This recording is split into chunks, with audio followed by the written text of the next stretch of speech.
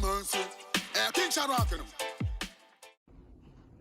King Shadrock, That's it. how are you doing today? Good, thank you very much. Thanks for having me. Thank you so much for being here on such a beautiful day with such wonderful news. Yes. About this new album that's coming out, Phoenix Rising. Phoenix Rising, brand Yes. new album, yeah man. I want to say thank you very much to you guys for helping me out and give me a showcase so I can help me to bring this music to the people.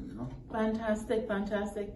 So, what do you hope to achieve with this album? This brand new album, I mean, like it says, a Phoenix Rising, right? So if you know the history of the Phoenix died from the fire, and from its ashes it rebirthed, right? Yeah, so I'm trying to create a brand new rebirth of me, not changing my culture music, but the like doing things a little bit different, like trying to be owning more of my music, and trying to decide where it goes, you understand? I'm going to concentrate and say what's really on my chest when I'm writing. So this album is a really unique one. That this is a part of me now. For me, this album is like a slam with music behind it, like poetry but music behind it. And so, in terms of that, I just joined your fan club because I think the stuff is great. I saw Peace, Love, and Unity, fantastic video. Thank you. I loved it.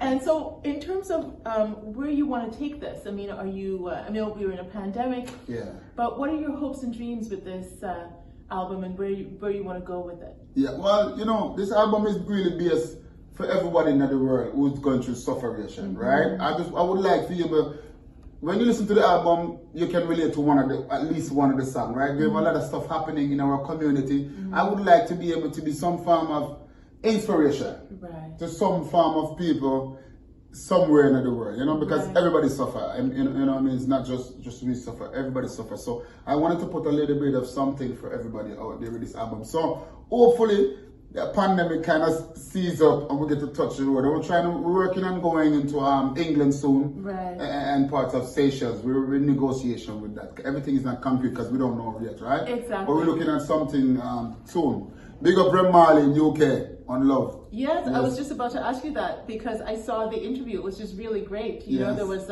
you on the big screen and he there in the UK, and you were having that conversation, which was wonderful. Live, So tell us a little bit about what that collaboration looks like. Okay, so Tracy, big up yourself from Toronto, No Mercy. Tracy introduced me. This is a friend of mine from Toronto who introduced me to Rem Marley, and Rem Marley is pretty big in the UK. Right, he's an artist also, but he does promotion, artist link up, Big up Rem Marley, artist link up, boom. So the way how we met is he's very conscious and he's very real. You can see his program is not watered down. He's doing his thing. He's telling you what he feels about the artist. He gives the artist a chance to express themselves. There's no preempt script. There's no script before, right? So I love that.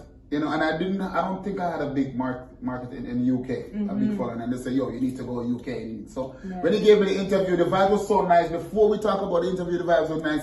After the interview, the vibes was nice, and we kind of clicked from there. So, he said, let's do something together, and he has a promotion in England, and that's when it's just one time we just met there and we just vibe, because it's like we have kindred spirit, I think. So he's a nice guy. So I think that's where we start rolling, Yeah, and I love you mentioned the word consciousness many times in your speech there, and that's great that reggae music is taking back that consciousness and the consciousness in the music. Although it's about struggle, it's about separation, but there's always that grounding. I heard that in Peace, Love, and Unity.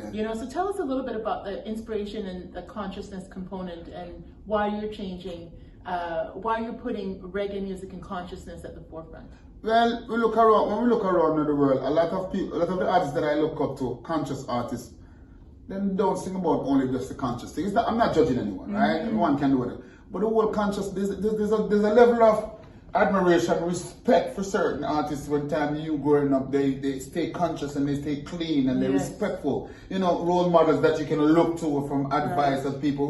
They're not perfect, but that these people ultimately want to see good. Reggae music are the only music in this world that speaks about peace, love, and unity. There's no genre of music. Yes, you can get some little bit of metal rock. If you listen closer to the heavy metal rock, they have a lot of music that goes against the grain. But it's not every culture understands that and get that. But when I'm exposed to that, I saw a lot of new lyrics that went against the great, like Guns N' Roses, you know, there's a song called Civil War. Yes. But I don't need no civil war. It feeds the rich and buries the poor. You know, so those kind of messages that we take, I see in those kind of songs. But reggae music and all is the forefront of upliftment and consciousness and fight for everybody in the world. Everybody, every color and every creed. So this is why I wanted to keep the reggae music conscious as I possibly can. Clean. Right. Not sexual, not violence, not totally political, but just respectful. Fantastic. That's what I wanted to do. And you know, we have many generations of people that look to that and they want that because that's positivity, that's upliftment, irrespective of their age. So from child to, you know, senior. And so, you know, earlier when we spoke, you talked about the children.